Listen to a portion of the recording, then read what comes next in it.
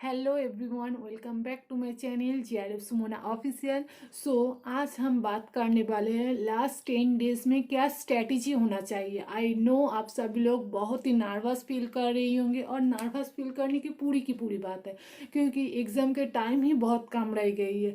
मुझे तो इस टाइम पर्सनली लगता था मुझे कुछ भी नहीं आता है। एग्ज़ाम के प्रीवियस जो टाइम होता था ना, उसमें मुझे लगता था मुझे मैं तो कुछ पढ़ा ही नहीं और मुझे कुछ पता ही नहीं मैं कैसे एग्ज़ाम को क्वालिफाई करूँ और कैसे क्वेश्चन अटेम्प्ट करूँ। ऐसे ही लगता था।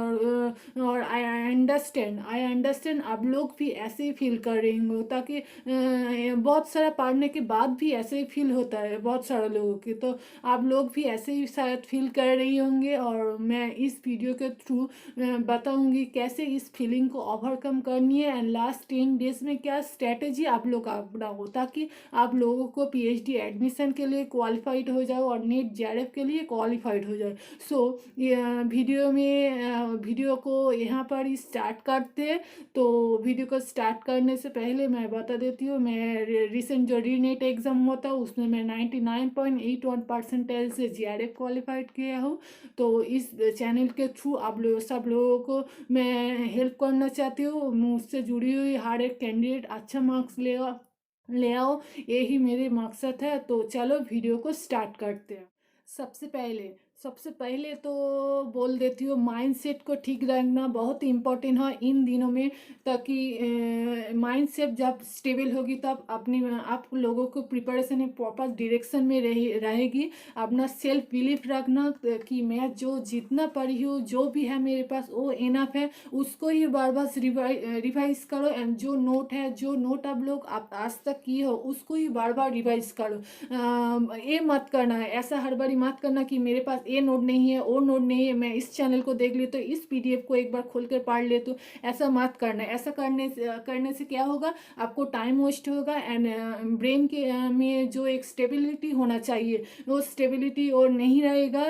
फिर आप लोगों को दिक्कत होगी, आपने पढ़ने के टाइम माइंड डिस्ट्रैक्ट रहेगी। इसलिए मैं बोलती हूँ माइंड सेट को स्टेबल मोड पे रखिए एंड जो भी पढ़े हो एक सेल्फ बिलीव रखो। खुद के ऊपर सेल्फ बिलीव रख के जो भी नोट है उसको बार बार रिवाइज करो।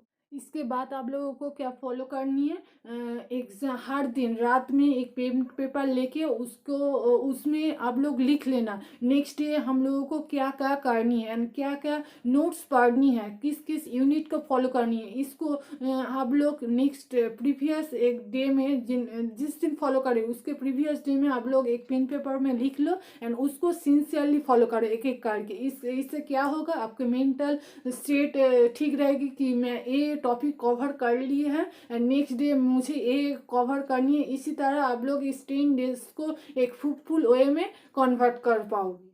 तो मेंटल स्टेट पे काम करो, क्योंकि मेंटल स्टेट नहीं ठीक रहेगी जो क्वेश्चन आप जानती हो वो भी आप लोग गलत कर दोगे। इतने दिन आप लोग बहुत पढ़ लिए, इन कुछ दिनों में आपको सिर्फ रिवाइज करनी है उस नोट को, जो भी आप लोगों के पास है उन सब नोट्स को आप लोग बार बार रिवाइज करो एंड ये खुद के ऊपर सेल्फ बिलीफ रखो। सेल्फ डाउट मत आने देना एंड स्ट्रेस को दूर हटाओ। उससे जितना हो सके इधर उधर की बात मत सोचो, अपनी एग्ज़ाम के बारे में सोचो एंड कैसे एग्ज़ाम को क्वालिफाइड करोगी, कैसे अटेम्प्ट करोगी पेपर, इसके बारे में सोचो एंड क्या पढ़ोगी। तो सिर्फ पढ़ाई पे ध्यान दो इन कुछ दिनों में। ओके, नेक्स्ट आते हैं इस 10 दिन में क्या करनी है, किसको छोड़नी है एंड कैसे अपनी प्रिपरेशन को आगे ले जानी है। तो फर्स्ट बोलते हैं, इस 10 दिनों में आप लोगों के हर रोज़ दिन एक पेपर 1 के एंड पेपर 2 के हर एक यूनिट के एक एक यूनिट रिवाइज करनी है। ओके, जो नोट आप लोग किए हो आज तक पेपर 1 के एंड पेपर 2 के, हर रोज़ एक एक यूनिट के, पेपर 1 के भी एंड पेपर 2 के एक एक यूनिट करके हर रोज रिवाइज करना। एक एक यूनिट करके रिवाइज कर लो और और एक बात, इसके साथ पी वाई क्यू भी करो। पेपर वन में P Y Q, paper one में पी वाई क्यू 2023 एंड 2024 के कर जाओ, वो इनफ हो, जितना टाइम है उसके अंदर हो जाएगी। और पेपर टू के 3 और 4 ईयर्स के कर लो, वो भी इनफ है पेपर टू की। ओके, ऐसा ही कर ले। पी वाई क्यू भी करना and unit paper one and paper two के हर दिन एक एक यूनिट करके रिवाइज कर लो जो नोट अपने पास है। ओके, तो रिवीजन हुआ, पी वाई क्यू हुआ। आप आते हैं मॉक टेस्ट में। तो मॉक टेस्ट आप लोगों के ऑल्टरनेट डे पर देनी ही देनी है, क्योंकि एग्जाम में मॉक टेस्ट नहीं दोगी तो एग्जाम आप लोग कवर क्लियर ही नहीं कर पाओगे, ये लिख लेना, आप लोग फेल हो जाओगे। मॉक टेस्ट देना ही देना है। जब तक आप लोगों को एग्जैक्ट शिफ्ट नहीं आ जाए कि मुझे मेरे सेकेंड शिफ्ट में है कि फर्स्ट शिफ्ट में है अपनी एग्ज़ाम, ये अब जब तक नहीं जान पाओगी तब तक आप लोगों को अल्टरनेट डे पे जो शिफ्ट होता है 9 to 12 शिफ्ट, एक फर्स्ट शिफ्ट जो होता है एंड सेकेंड शिफ्ट जो होता है 3 to 6 PM, आप लोगों के उस शिफ्ट के उस टाइम के पर्टिकुलर उस टाइम के ही आप लोगों को मॉक टेस्ट देनी है 3 आवर्स की। ओके, आप लोग मॉक टेस्ट दो, बट उस अल्टरनेट डे पे मॉर्निंग वाला शिफ्ट में और इवनिंग वाला शिफ्ट में जो उसमें आप लोग कंफर्टेबल हो उस शिफ्ट के उस टाइमिंग में आप लोग मॉक टेस्ट दो। एंड जब आप लोगों को किस शिफ्ट में एग्ज़ाम है वो पता चल जाएगी, आप लोग एग्जैक्ट उसी शिफ्ट के टाइम में ही आप लोग मॉक टेस्ट देना। मॉक टेस्ट बहुत इंपॉर्टेंट है, 110% इंपॉर्टेंट है। आप लोग मॉक टेस्ट नहीं दोगे तो फेल कर जाओगी। ओके, आप आते हैं एक मोस्ट इम्पॉर्टेंट बात के बात। प्रीवियस जो एग्ज़ाम हुआ था 2024 एंड 2023 में, उस ईयर में जो न्यू कॉन्सेप्ट आया था, तो उस न्यू कॉन्सेप्ट को आपको कवर कर जानी है, उससे क्वेश्चन आएगा ही आएगा, 110% आएगा। तो जो न्यू क्वेश्चन आया था उसमें शायद स्टेटमेंट करके क्वेश्चन आया था, आप लोगों को MCQ टाइप क्वेश्चन आ सकते हैं, ऐसा भी आ सकते हैं। उसमें शायद MCQ टाइप आया था, आप लोगों को स्टेटमेंट दिया होगा, इसको स्टेटमेंट 1 एंड स्टेटमेंट 2 किस स्टेटमेंट 2 है और फॉल्स है, आप लोगों को ऐसा करके पढ़नी है वाइस वर्सा। उसमें स्टेटमेंट वाला शायद एक क्वेश्चन है, तो उस स्टेटमेंट वाला क्वेश्चन से ही आप लोगों को अपनी एग्जाम, अपनी इस दिसंबर वाला एग्जाम में शायद MCQ वाला आ जाए। ऐसा भी हो सकता है उसमें MCQ वाला आया था, इसमें स्टेटमेंट वाला आएगा। तो आप लोगों को न्यू कॉन्सेप्ट जो प्री बाई क्यू में आया था लास्ट 2 ईयर के कर लो, प्रीवियस जो 2 ईयर उसमें जो न्यू कॉन्सेप्ट आया था उसको आप लोगों को कौन सी क्वेश्चन के क्या आंसर है उसको आप लोग कवर कर जाओ। तो इसको 110% ऐसा क्वेश्चन आएगा, आप लोग लिख लेना, देख भी लिखना, ऐसा आएगा ही आएगा।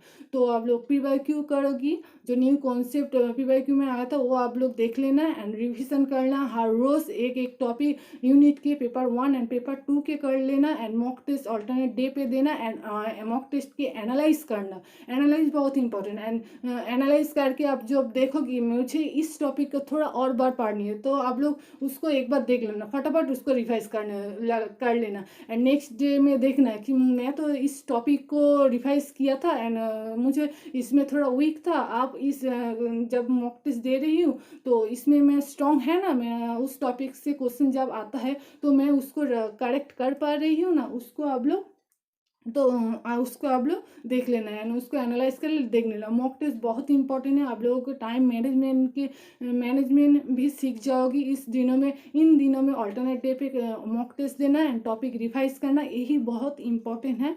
आप आते हैं सम अप करके आप लोगों को बता देती हूँ।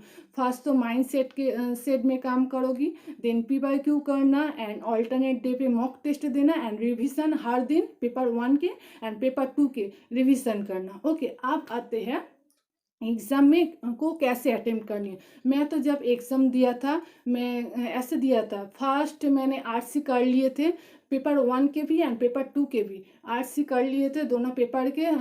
मुझे ये पता था कि ये तो मार्क्स में 100% आ जाएगी, क्योंकि मेरे RC एंड DI मैं हर रोज़ प्रैक्टिस करती थी। आप लोग भी RC एंड DI हर रोज़ एक एक करके प्रैक्टिस करना, ताकि उसमें फुल मार्क्स ले पाओगी। जब तो अदर्स में थोड़ा सा कम मार्क्स ले पाओगे आएगी, फिर भी आप लोगों को अच्छे खासा मार्क्स ले पाओ।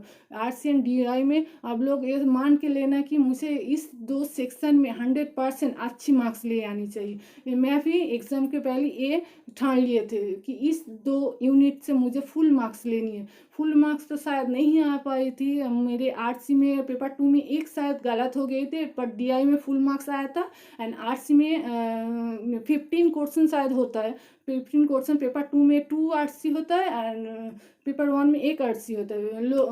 पूरा मिला के 15 क्वेश्चन एंड 30 मार्क्स, ये बहुत ज़्यादा होता है। तो मेरे एक क्वेश्चन गलत हुआ था, फिर 28 मार्क्स पाए थे आरसी में, एंड डीआई में तो फुल मार्क्स आए थे, 10 मार्क्स ऐसा ही आया था। तो आप लोगों को हर दिन एक आरसी एंड डीआई प्रैक्टिस करनी है, ऐसा करना। देन कैसे मैंने एग्ज़ाम को अटेम्प्ट किए, तो फर्स्ट तो बोले मैंने आरसी दोनों पेपर के मैंने कर लिए थे आरसी, देन करे थे डीआई, डीआई को कर लिए थे, आरसी दोनों पेपर के करने के बाद डीआई करे थे। देन मैंने पेपर 1 के हर पूरा क्वेश्चन कवर कर लिए थे, देन मैं पेपर 2 किए थे। ये मेरा पर्सनल स्ट्रैटेजी था पेपर अटेम्प्ट करने के। तो आप लोग फॉलो ये कर सकते हो, और आप लोगों को जो भी अच्छा लगे वो फॉलो करना, ओके। तो और एक बात, एक आप लोग फॉलो करो एंड माइंड सेट के ऊपर काम करो, कुछ हड़बड़ी मत करना। एक माइंड सेट स्टेबल होना बहुत ही इम्पोर्टेंट है। इतने दिन आप लोग बहुत कुछ पढ़ लिए, वो तो इम्पोर्टेंट है। आप लोग उस 3 आवर्स में कैसे कैसे अप्रोच करते हो, कैसे पेपर अटेम्प्ट करते हो, और किस क्वेश्चन को कैसे अटेम्प्ट करते हो, वो बहुत इंपॉर्टेंट है। आप जितना पढ़ लिए उतना कुछ महीने नहीं लगता, आप कुछ इम्पोर्टेंस नहीं है जब तक आप उसको अप्लाई नहीं कर पाओगे एग्ज़ाम सेंटर में। तो आप लोग जितना भी पढ़े उसको बार बार रिवाइज करें एंड एग्ज़ाम हॉल में माइंड को कूल रह के आप लोग हर एक क्वेश्चन को अच्छे से पढ़कर आंसर दो, अच्छा मार्क्स ऑब्वियसली आएगा। यस।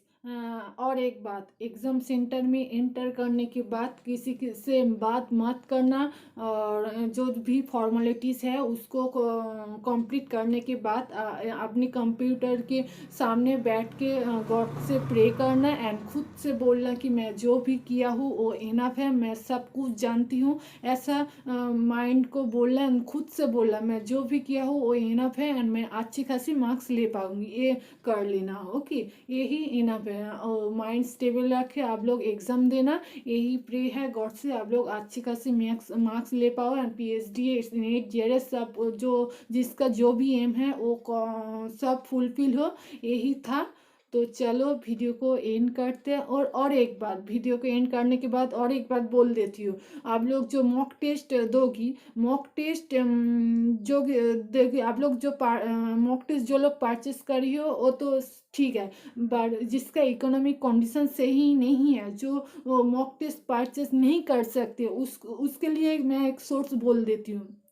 आप लोग क्या करोगी, एनटीए की एक ऑफिशियल वेबसाइट है, एनटीए ओभस नाम की एक ऐप्स है, आप लोग प्ले स्टोर पे जाके आप लोग उसको डाउनलोड करो एंड उसको डाउनलोड करने के बाद पेपर 1 में भी एंड पेपर 2 में भी हर एक सब्जेक्ट के पेपर 1 में एंड पेपर 2 में आप लोग उसको टाइम लगा के मॉक टेस्ट देना। मॉक टेस्ट बहुत इंपॉर्टेंट है, मैं हर बार बोल रही हूँ। तो मॉक टेस्ट आप लोग फ्री में एनटीए के ओभस नाम के एक ऐप्स है, आप लोग उस ऐप में जाके डाउनलोड कर, प्ले स्टोर से डाउनलोड करके उस ऐप्स में जाके आप लोग मॉक टेस्ट दो। जो लोग अभी तक मॉक टेस्ट परचेस नहीं करी और नहीं कर पा रही हो इकोनॉमिक कंडीशन के वजह से, तो फ्री में वो मॉक टेस्ट उस ऐप्स को डाउनलोड करके अपने फ़ोन में ही देना, ओके। तो हो गए, तो चलो यही बोल रहा था, मैं बहुत कुछ बोल दिए एंड मेरे जो भी बोल रहा था इस वीडियो के थ्रू आप लोगों को बोल दिए एंड आप लोग इसको चाहे तो फॉलो करो एंड जो खुद चाहो तो इसको सिंसियरली फॉलो करो एंड गॉड से प्रे है आप लोग अच्छे से अच्छे मार्क्स ले एंड अपनी एग्ज़ाम क्वालिफाइड कर लो। तो चलो वीडियो को यहाँ पर ही एंड करते हैं। तो थैंक यू। वीडियो को आपको अच्छा लगे तो आप लोग लाइक एंड सब्सक्राइब कर देना, जो भी न्यू है आप लोग प्लीज़ चैनल को सब्सक्राइब करके मेरी फैमिली यूट्यूब फैमिली में ज्वाइन हो जाना, इस फैमिली को और भी स्ट्रॉन्ग मेक करना।